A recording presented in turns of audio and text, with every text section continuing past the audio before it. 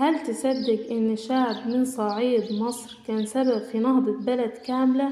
إنه رافع الطهطاوي، الإمام اللي سافر فرنسا مع بعثة محمد علي سنة 1826، وهناك شاف عالم مختلف تماما.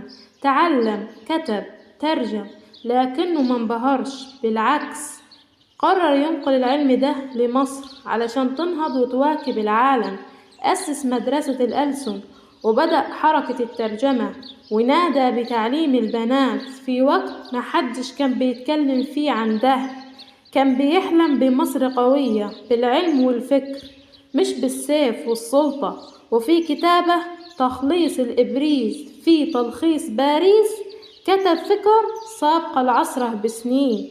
رفاعة الطهطاوي ما كانش مجرد عالم، ده كان شرارة نهضة بلد بأكملها.